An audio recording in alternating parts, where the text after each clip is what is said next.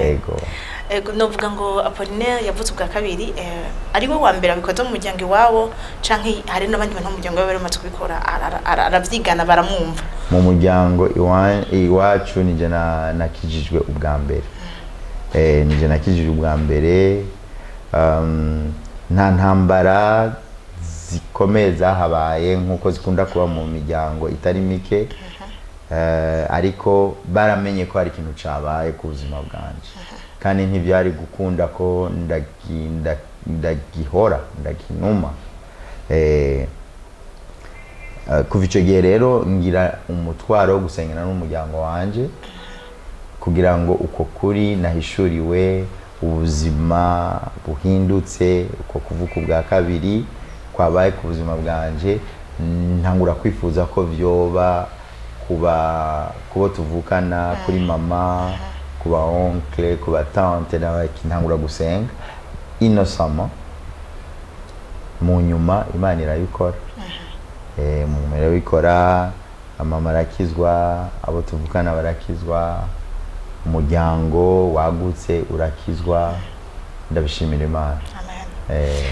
Twashaka tubandane gato n'ubuzima bwa Apollinaire barahanana n'umuzi kumuririmbyi kandi nivyo umuririmbyi yamenye ryari afise impano yo kuririmba nagiriwe amahirwe yo kumenya ko mfise impano yo kuririmba nkiri mashure kabisa ya mbere y'intango niho natangura kumva ndi mu ishure narumva ko hari ibintu bidudubiza muri jewe kuko narumviriza radio cyane hari uturimbo tumwe narinzi ku nsamirizi y'u Burundi tuturimbo rero igihe cyose naronka akaryo mwigisha yasohotse naca mpagurutsa abanyeshure kugira ndabaririmbisha nkabaririmbisha ngafata inkoni ya mwigisha nkagira ko ari gitaha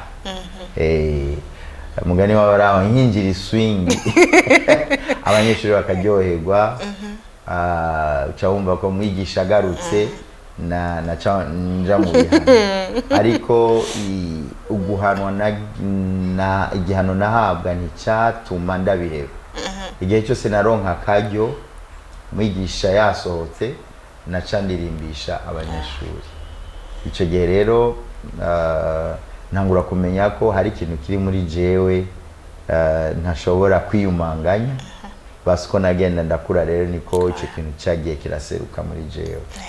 Apollinaire yaciye abandanya no kuririmba no turamuzi mu ndirimbo nyinshi twashaka dusubire duteye intambwe gato tuvuge ngo Apollinaire yarakuze yarize amashuri akijijwe hariho ubuzima etape z'ubuzima umuntu acako amashuri muraheza murafata ingingo yo kubandanya n'ubuzima mu kurondera umubakana muca murondera umubakana n'umunsi murabana uwo muntu mwubakanye mwamwagize Yoshua gute kuko nawe nyine menga turamuzi ko ari umuririmbyi mwaragifatiye ko muri byo no kuririmba aho niho vyugariye aho niho vyugariye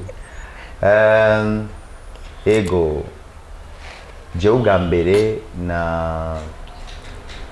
nari mfise indoto canke icyifuzo cyo kubaka urugo ku myaka 25 kuko naraharura nkavuga ngo ku myaka 35 umwana wacu w'imfura azafise imyaka 9 10 arumva hanyuma narumva ko nafise indoto yo kumubona dukorana ibikorwa ari umuririmbyi nawe canke ari umucuranzi icyo cyifuzo rero ndagifise hanyuma ntivyagenda nkuko navyifuza naragerageje narabisengera hanyuma nk'ubu umusore wese ndaresha babiri imbere yiwe mbere ko mpura nawe ariko Imana ntiyabyemera niho mu nyuma rero nari nsanzwe ndamurongoye muri korali mu baririmbyi mu nyuma inka Imana yagize ukuti raba muri korali yarasanzwe umuririmbyi akunda Imana ariko amaso yanjye ntiyari bwahumuke kugira ndamubone rero nari nagenze imisozi n'ibiyaya n'ibisagara n'impinga kumbe umugisha wanje uri hafi yanje rero niho natangura rero kunga ubucuti nawe nsanga ndakigwa kuko hari hageze by'ukuri hari hageze Imana irabikora kujya nyene intambwe bicamwo ubugenzi hanyuma kuri eglise bakabimenya bagatangura kunuganuga ubwo bugenzi imiryango ikabimenya abo dukorana muri eglise bakabimenya basi urugendo rwacu rero ruratanguye umunsi wagwo Imana iradufasha urugo turarushinga. Bora mumaze imyaka ngahe mwubakanye? 15. Wow. 15 kabisa. Yego. Nashaka cyangwa kwa madame gatoya mundi Apollinaire yari ukurongoye muri chorale. Byari byoroshe warumva kubera hari igihe umuntu usanga avuga ati umuntu dukora ibintu bimwe prema wapi nibyo ukunda. Byarakoroheye kugira iyo shwa byoroshe. Shaya ntibyari byoroshe nyene urumva umuntu wakuze ubona ko ari umurongozi wawe uravye no mu bindi bihe cyangwa hantu usanga umurongozi n'umuntu baba bubaha bikaca wiyumvira umuntu yamaze kuba umugabo wiwawe wa undi warabona ko ari umurongozi sinabibona vraiment nabona ni ibintu nyene vy'indoto nyene ariko Imana yarabikoze kubw'umugambi wayo n'ubugombe bwayo. Oya nabivuge neza yaratundi yari paramuresha.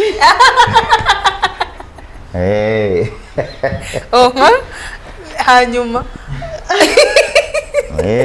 bivuge neza. L'histoire ndende vraiment. Byagenze kugira ngo umuntu jewe nari fisanze fisundi muntu twaradukundana.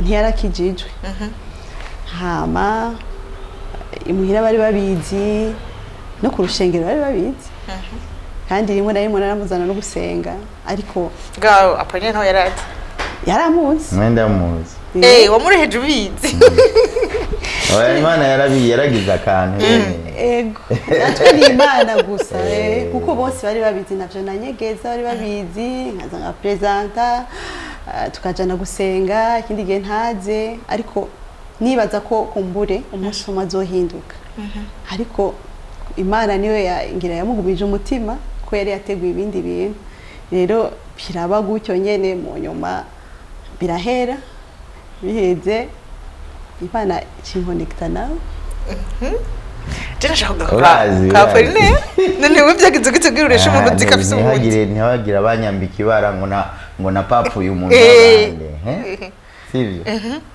urumva jewe situation nayo ndayizi ko afise umuntu amurondera kandi nawe yarazi vraiment ko twe twabiharura nk'intege nke kubera ko muri eglise muri discipline y'agakiza ntitwemera ntitunigisha yuko umusore akijijwe arongora umukobwa adakijijwe cyangwa umukobwa akijijwe ngo arongorwe n'umuhungu adakijijwe ivyo biri clair ni message iri clair rero nk'abandi bakobwa yari yagize izo ntege nke zo kureshwa n'umusore adakijijwe urumva hanyuma kubera ko abari tuvuge ko abari mature aba yagize choix hanyuma akagumana n'iciyumviro ico abarongozi biwe tuvyibazaga ico ishengero ryiyumvira ariko nyene kubera urukundo nyene murabizi mwese mbona mukiri bato murazi nyene bigenda urumva hari ibintu rero bibaye uko udakoresha inguvu abazi la verite hanyuma ugasenga impanuro akazihabwa ariko mukarindira ko Imana igira ikikoze rero jewe ninjiye muri ico gihe Imana ikora igitangaza niwe yariko byivugira ikora igitangaza itangura gukonvenka uwo musore cubandaniriza ko rero okay merci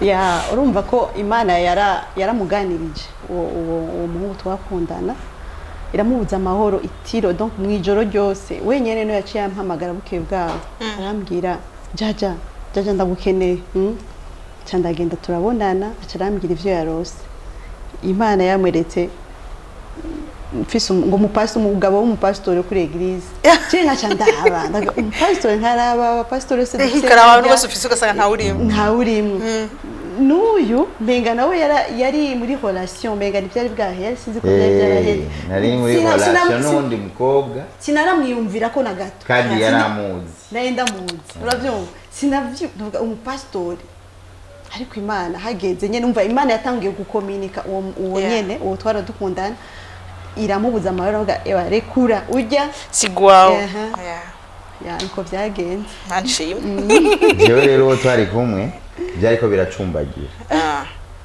byariko biracumbagira bitanguye kunduhisha hanyuma kubera ko kuruhishwa n'ibintu nk'ivyo nk'umukozi w'Imana nta kibanza nategezwa kubiha ariko Imana yarankomeje nanje ndarekura ndabona ko iyo relation ndimwo atari ubugombe bw'Imana hanyuma kumva Imana iri kwirakora ikindi kintu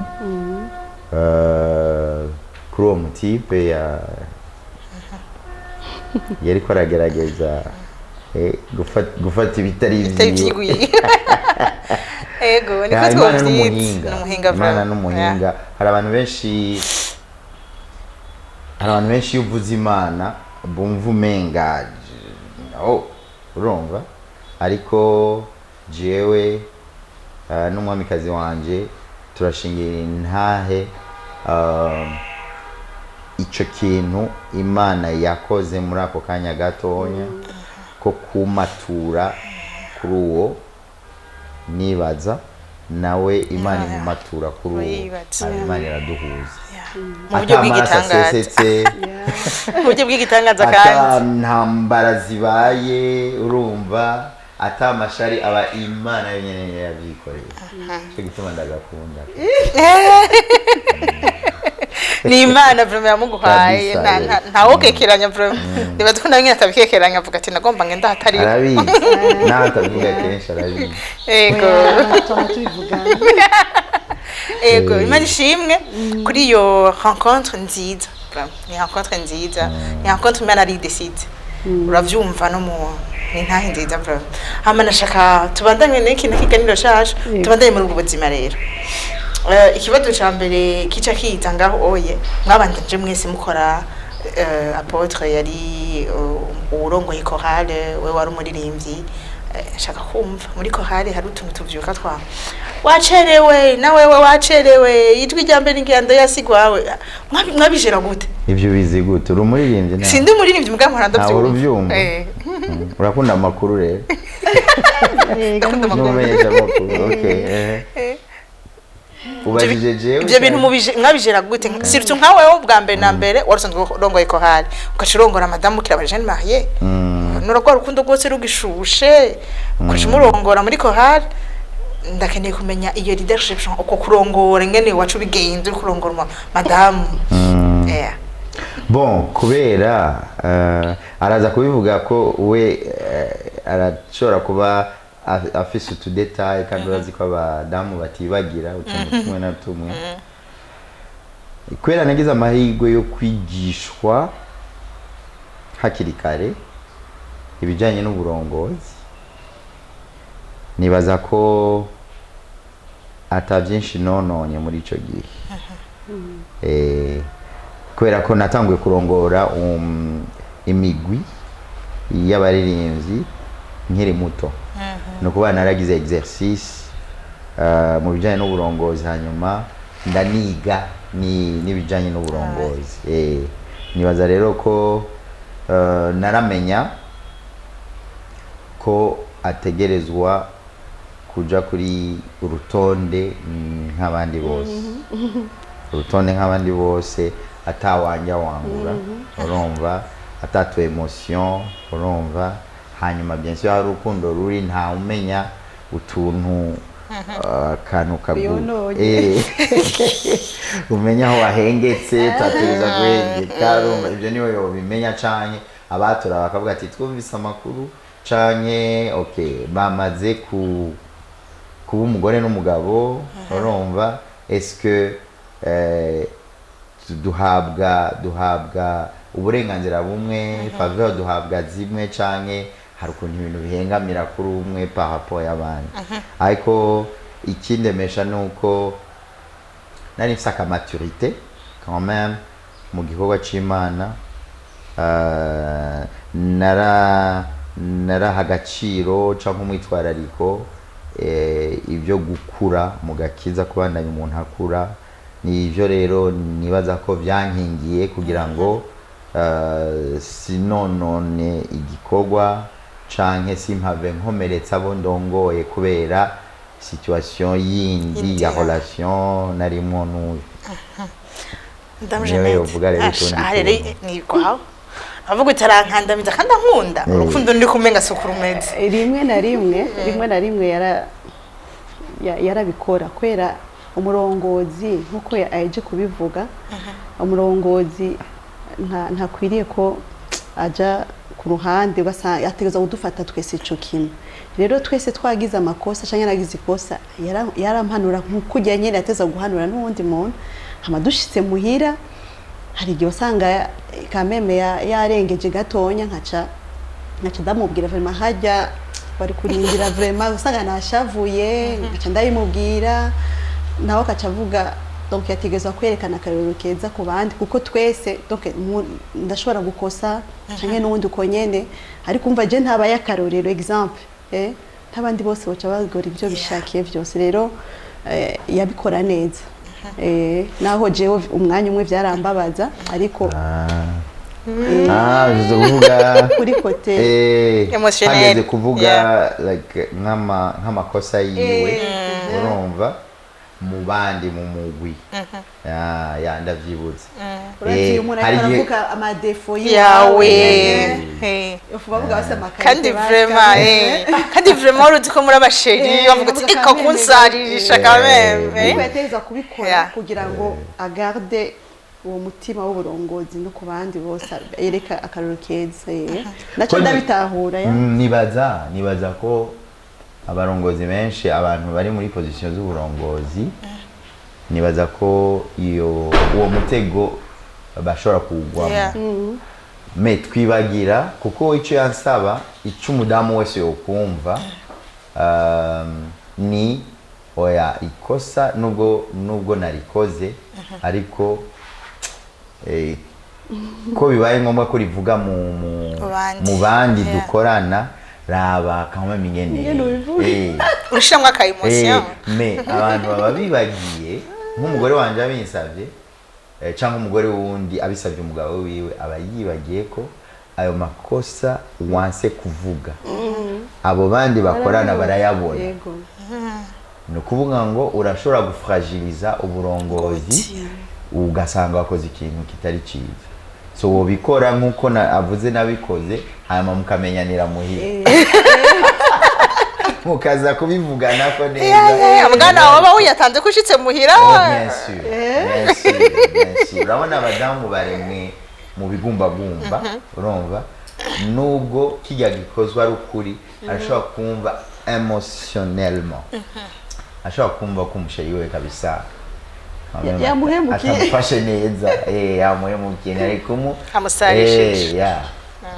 okay numva mwabikoze neza kandi biraryoshe mani shimwe ko yabibashoje dode ko turumva nariko ndimvira kuri kote ya madame urashobora kuba hariho caméra caractère ufise itakwemerera guhora uvuga uti ibintu ariko aravuga nabi bon avec des caprices z'abashiri baravuga uti arandenganira imbere y'abantu mugabo nibaza ko Imana yabikoze neza kugira ngo yaba ujyabandanye igikorwa ciwe neza yaba namwe bandanye igikorwa cyane neza tubandanye niki kiganiro cacu numva tugeze nakura ko twamaze no kumva ingene mwahavuye mujana mu muhamagaro wo kuririmba kandi umuhamagaro warawutahura kuko nawe niwo wari ufise tugerera ahandi hantu uno munsi tugeze uno munsi apotre turamuzi ariko aravuga ubutumwa twari tubimigire mu isi yahera mugabo uno munsi turazi kafise n'urusengero mbega ivyo vyabafatiye cyo gutangura kwiyumvira nawe ingene mwoza kuvuga ubutumwa.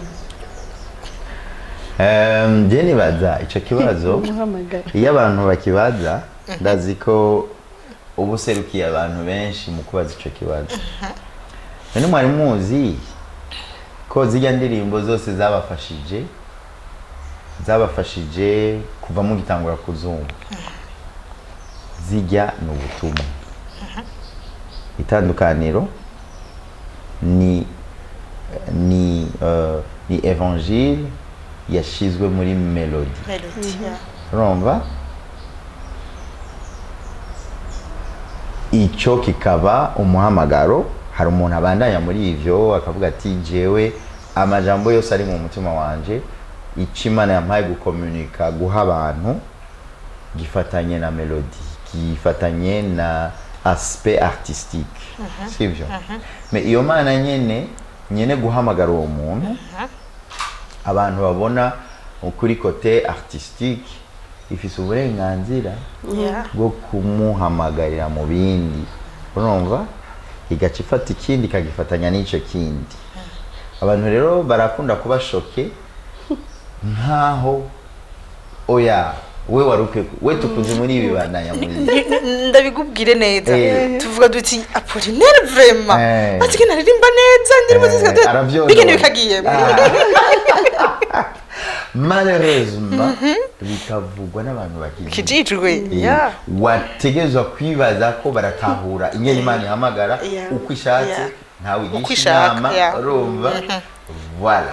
Haba ikindi rero gira kintangaza rimwe kikanshoka ni ingene abantu bashaka ko umuntu amera uko bo bashaka. Urumva uko bo bashaka nibahe mvuge ntibagire umwitwarariko wo kuvuga uti Imana irafise uko ishaka buri muntu kandi Imana mu kwiganza kwayo mureshi iryo jambo ni aje ndarikunda iriganza nta wiganza.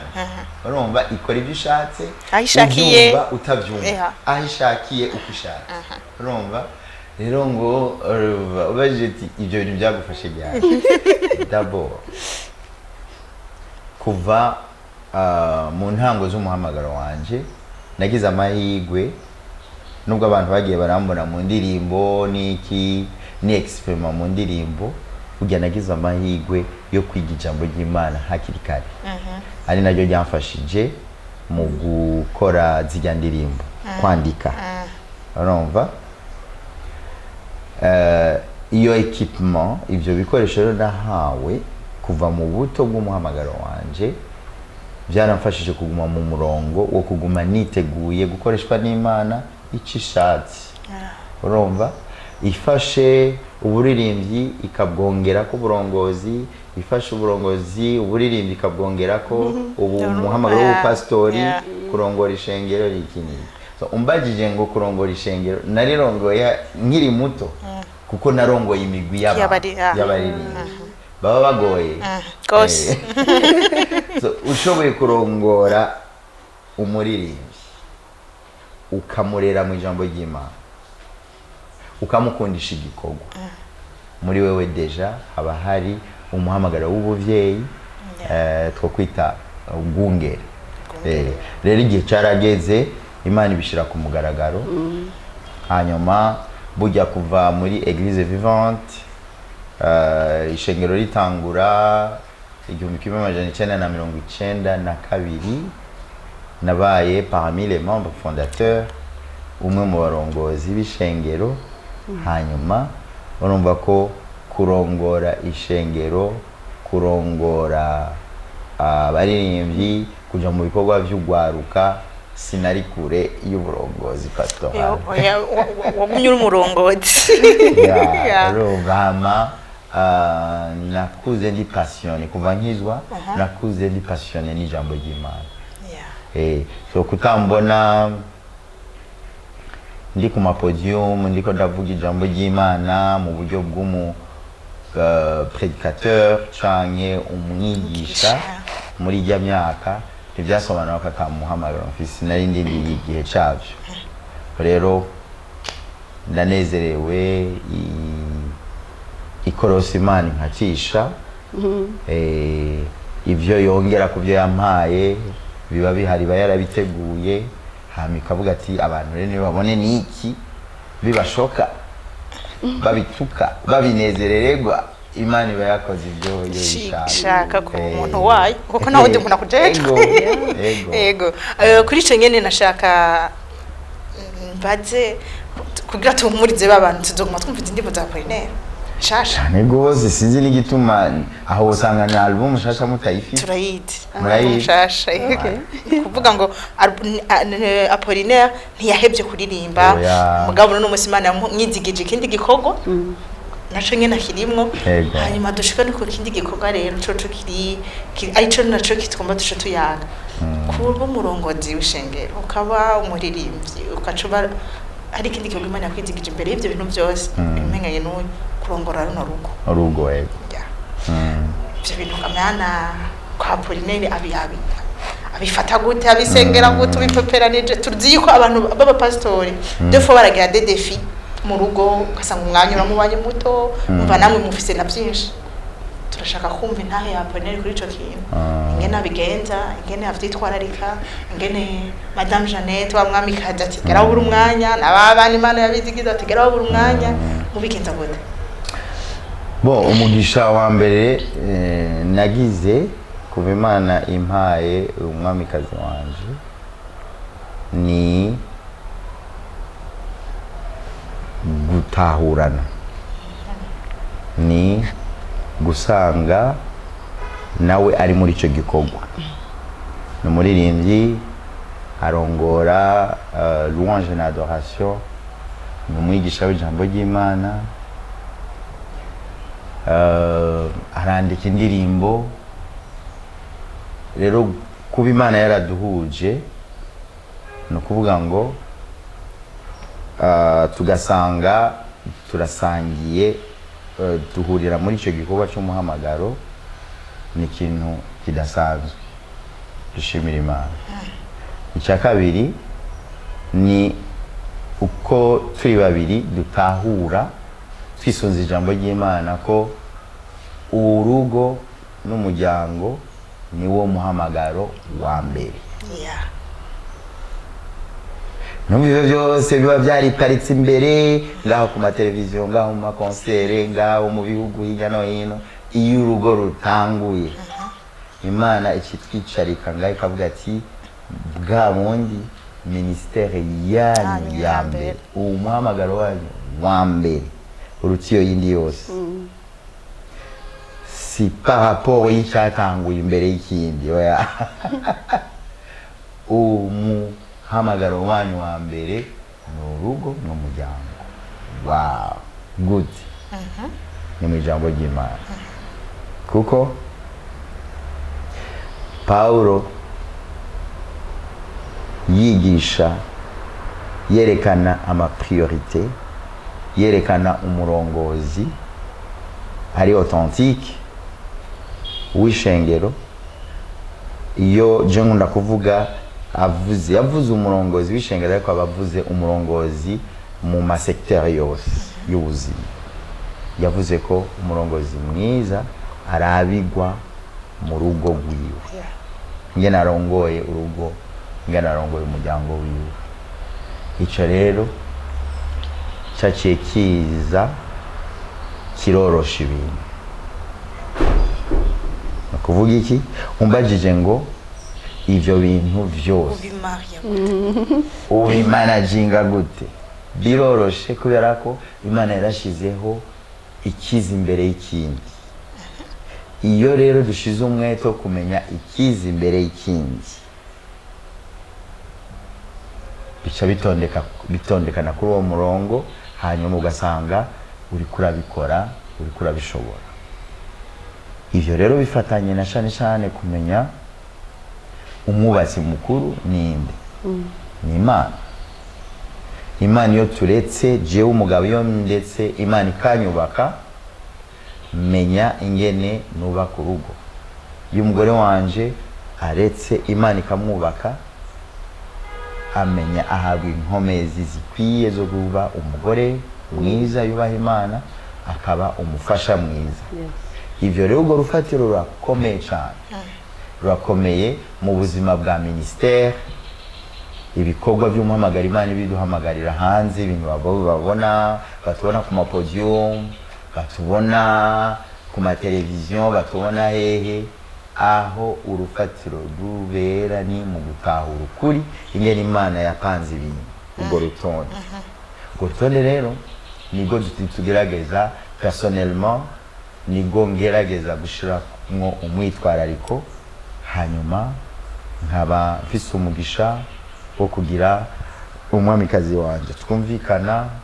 Iyo bitugoye tumenya ngo dukwiye gusubira kuri rwa rufatiro.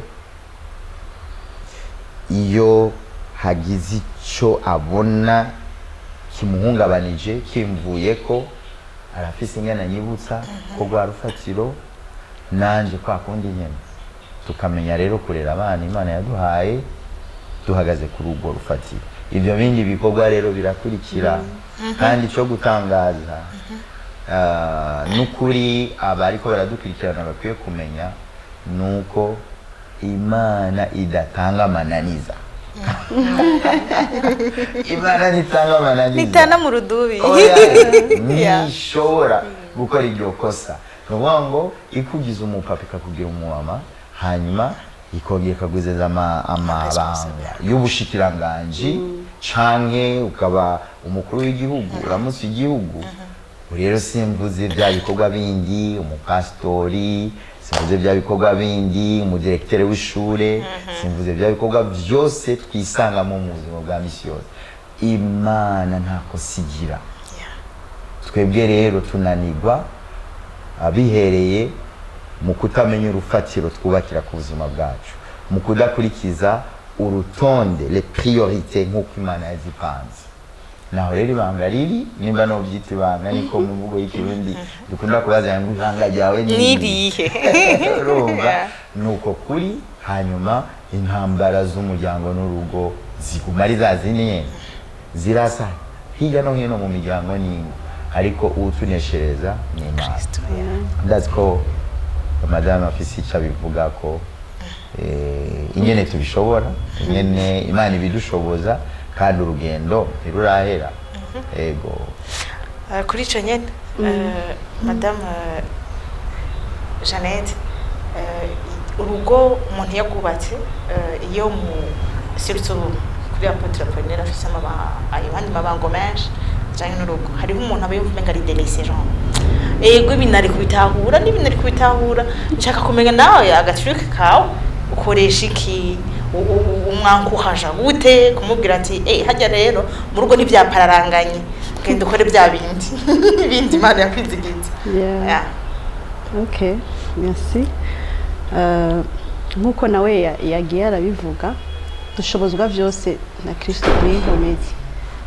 Kwera urabona nkuko weje kubivuga, abafise amabango menshi ibimura, donc imuhamagara nko ku rushengero iki.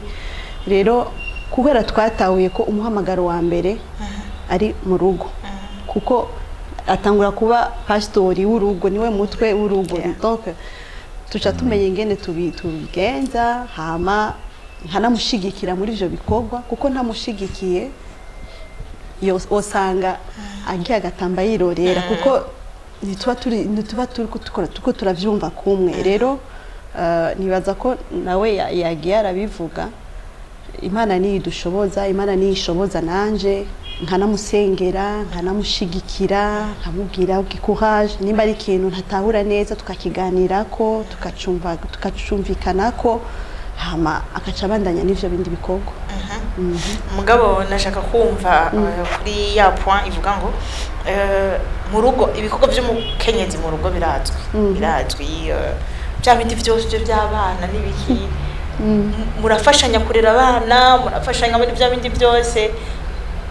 Nshaka kumva pareil ego vraiment turafashanya vraiment arabifashamo cyane ngaha nkuko yavuze ko turafise abana dufise abana bane rero turagira umwanya wo gupartage ijambo ry'Imana ni wabikora kwanza cyane naho abana usanga bagiye kuryama arige bakwepa arabahamagara abana barakwepa ugasanga arabahamagaye nasomye iki ndatubwira inkuru yo muri Bibiliya turabifashanya cyane vraiment aramenya ingene abijera ego ibikorwa bagiye mu bikorwa byinshi me atashe arafata ama responsabilité ego hari ibindi ngerageza kumufasha nibaza biguma mu Imana ihamagarira buri muvyeyi cyane cyane kuri ku ruhande rw'abagabo abapapa kuko hari igihe twumva umenga umumama iby'abana byose nigwiwe arumva kumenya kuba vigila cyane cyane ku bijanye n'ubukerebutsi bw'abana implication y'abana mu bikorwa byo muhira implication y'abana mu gukora isuku aho baryama implication y'abana mu kwiga mu kwimenyereza ibintu bimwe na bimwe kumesa uduhuzu twabo tw'imbere urumva ivyo bintu byose hari gihe mbona ko ibyo afise deja ni byinshi urumva pako n'ivyo bindi atovyitwararika ariko nkumva umenga arakeneye support muri ivyo urumva hari n'igihe ijwi rya papa uburemerezi bwaryo urumva gukara kutorosha ibintu kwa papa bituma abana baja ku murongo kuko guha education abana n'urundi rugamba umupapa adakwiye kurekera umumama wenyine urumva so hari ibintu mba numva umenga présence yanje nubwo abikora irakeneye kujamo ikaba tangible ibyo rero twagiye tugenda tubona bizana resultat nziza biraryoshe vraiment kumva kubera ko mu kibano cacu abantu bafite ama responsabilité benshi hari ibyo baca barekera abadamu kavuga ati none umwami kwaza sindakwizigiye urabikora kandi atuzobikora neza mugara kamwe mutahuye yuko namwe bwe mukenewe muri ico gikorwa biryoshe cyane murakoze kuma partage dusangiza inkuru y'ubuzima bw'urugo rwanyu inkuru y'ubuzima bw'umuhamagaro wa apotre ariko kandi nashaka gusozera kino kiganiro mfise ikibazo kimwe nkunda kubaza mu kiganiro c'intahe ntawe ukekeranya murakijijwe tunabibona umushinga wanyu ni Kristo mwabivuze kanshi muri ntahe yanyu nigiki Apollinaire nkuko yabivuze muri wa muhamagaro wa Jeannette muri bwa buzima bukurikira bwa Jeannette niki yifuriza Jeannette Jeannette uno munsi n'uwejo n'uwegeje nigiko mwifuriza mu myaka yindi iri imbere mu bihumbi n'ibihumbi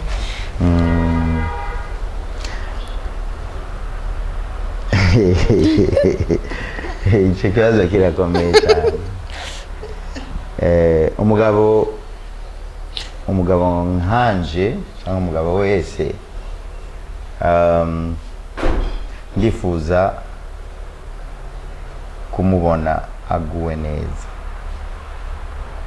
aguwe neza ariko kandi ndazi uruhara ndabigiramo nk'umugabo ndifuza kumubona yagukirwa nk'umudamu ari anezerewe urugo anezererewe nk'umugabo wiwe kandi nka se w'abana ivyo ndazi uruhara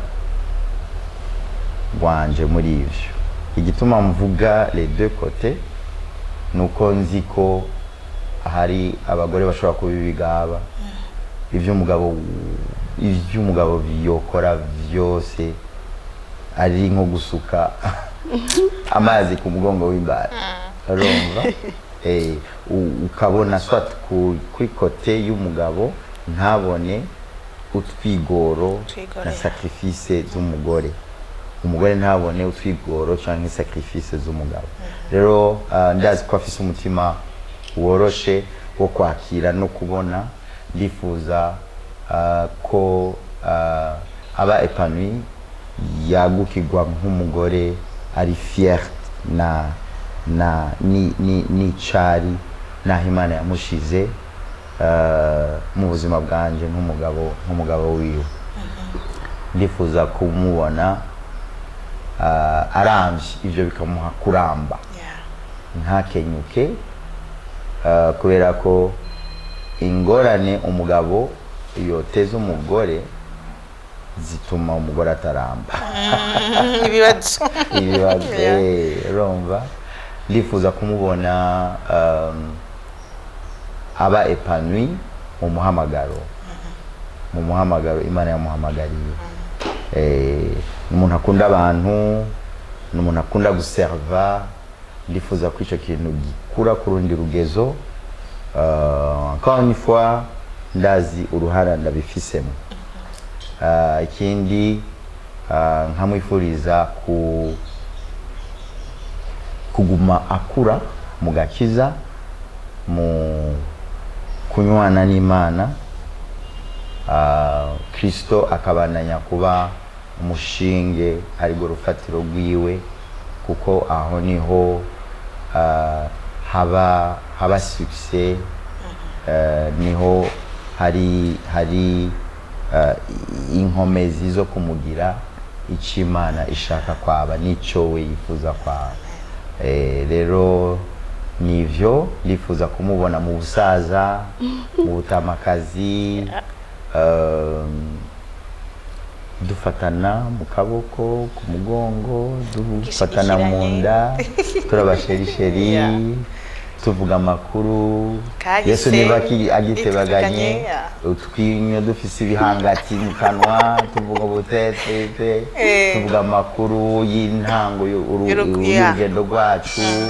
Urumva amadifficulté mu kurera abana, ibyatworoheye, ibyatugumira. Urumva arasohoye abana bafise abuzukuru, arasohoye abana bisaba abuzukuru n'abuzukuruza.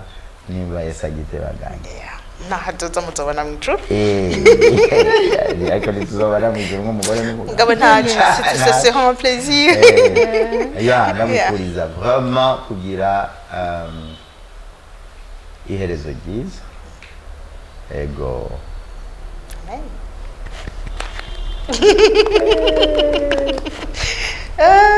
Ndashobora ngora kusubira ngaha nabonye nubwo bizakungora kuvuga. Ndampindukiza ikibazo cyo ndamumarira ni iyo mwiyumviriye umuntu twari wanyu muri ko muramusengera, ni igiki mumusengera ngo abiki, mumusengera mumwifuriza iki? Jewe ndamusengeye mu mwanya wanje wo gusenga, ndamusengera kugira ngo Imana imushikane ku ndoto yashize muri we, azigereho, azishikeko, kuko Imana hari icyo yavuganye n'ubuzima bwiwe. Ifo ko abibona Imana isezeranye irashitse, Imana izoshitse icyo yavuganye n'ubuzima bwiwe. Yego. Bimwe yavuga byo ku ingene akwifuza donjon navuga ngo ingene yifuza, ingene Imana yazomushikana ku ndoto ziwe. Wewe unyifuriza iki? Nicyo ariko arakubaza. Kuroranirwa, kwagukirwa, mu bijanye n'ivyimwe no mu mubiri no mu bifadika, gukomera mu vy'Imana, gushishikara Imana ikwambika izindi nkomezi. Urabona ko wavuze ko ubu niho uratanguye, igihe yagize anniversaire cinquantenaire, yavuze yarazi ko mumaze gukwiza 50. Ndabizi niyo foto kare bayihaye. Rero Imana ikwambika izindi nkomezi, ubandanye wikorera mu kwicisha bugufi, umutima wawe kwandanye uca bugufi, Imana ibandanye ikwagura ikwishikana kure. urazi ko ndagukunda kandi ndagusengera. niko n'amajambo meza kandi aryoshye. aya yarakwiye kubwirwa abantu bose, abantu bakundanye, abantu bubakanye, ariko gutora bivugana n'ikibazo cyo batera intege zo kwavanza. Mpora mbwira abantu reka kararyosha ubuzima, karashobora gutuma utambuka ukagenda ugashika imbere. Murakoze cyane kandi rero ubuzima ni bugufi, kandi ndamwaturiye ko umugisha w'amagara meza. Kuko udafise amagara meza ivyo bintu vyose tuko turavuga ntiyo bishikako. Imana kunzigamire. ubuzima ni bugufi. hari igihe ducegwa kugiranira neza, tukabishiramwo amasinga n'amafilozofi adakenewe, kandi murabona abantu basigara bararira iyo ababo bapfuye. burya iki kimwe mu bidutuntuza nuko tuba surpris ko hari ibintu twatizo kuba twarakoreye naka, twaramwitangiye me agiye tutarabikora. agenda ibintu tutaramubwira. hari ibintu surtout ibintu umumiza muri wewe utarigera umubwira. ukazubona aragenda bivuze. birababaje. aba benshi barabivugira kuri tombe, ari wabivugiye kuri tombe vraiment ndavuga nk'ibyo usanga atari bwigera bimubaye. ndavuga si dommage hageze kuri twebwe abarundi hoho rero ngo no bimubwira hari akandi kantu nkunda kuvuga sibigeze no kwitwego bakitwa. hari ibintu by'imwemu duca dutreka gutandukana, twavuga ati rega Imana iravyemera. iravyemera. surtout hariho etiquette ko abakitwa hari ibintu byinshi batavuga, ntibari romantique, ntibari mugabo quand même ibiraryoshye. abo bantu n'abafunga kiwani sana baraza ndababwira ikintu baraza kubibona. we nugira ikibazo baraza kubibona yuko birakenewe. murakoze cyane. merci beaucoup namwe. murakoze cyane vraiment kumwe no mwemeye kutuyagisha ukatubwira ibintu byinshi byiza nk'ibi, kandi twizera yuko abadukurikirana kino kiganiro bazokuramwo impanuro nyinshi, kubera mu byo mwagiye muradupartage même si c'est votre vie. harimo impanuro nyinshi, harimo impanuro ku barongozi, harimo impanuro ku bantu bafite ubuzima bwinshi, harimo impanuro ku bakenyezi bafite abagabo bafite ibintu byinshi mugabo badasiporta. bavuga ati uyu muntu Jesse numva ibiyo biheba, akabanza akazaga. hari abantu bataratora intumbero y'ubuzima, bataratora ikiruta ikindi mu byo bariko barakora. uno munsi nibaza ko baza kubyumva, baza no kubibona yuko ufise Kristo hari urutonde. urutonde mu rugo, hari urutonde mu gipastori, hari urutonde mu bintu byose ukora, hari urutonde. mwakoze cyane, ndabashimiye byimva mutima. umwami Yesu abampezagirira. cyo bifuriza bya bindi nababwira nuko muzosaza gasazana ugoma mukora ibinyene, utakiri pastor utagishobora kuvuga ryaje mu gimana ngo hagarare 30 minutes, mugabo kagenda imbere. hari umutama yitwa Mbogoye yarapfuye, ndamuramuzi. narigeze kumva intahe yiwe ca ndaba wow. donc ntiyaragishobora kuvuga ubutumwa kubera mugabo mu fasani wiwe yamwita Sheri, yaramuhamagara. donc biraryoshe kandi birerekana combien Imana igira neza. turabifuza rero ubwo buzima. barasohoye babana babuze kuri aribo biruka mu rugo. ego biraryoshe, nitwahura nzobibibutsa. mwakoze namwe mwese bakuze ibiganiro bya HTV, mwumvise ibyo tuhejeje kuyaga none umuryango mwiza, nabo batubwiye byinshi bifasha imitima, bigafasha imibiri. abatari bwitore n'umunsi mwitore. mwakoze kukubana natwe. umwami Yesu abahezagire, ubuntu bw'Imana bugwire mu ngo zanyu no mu miryango yanyu. Imana ibahezagire.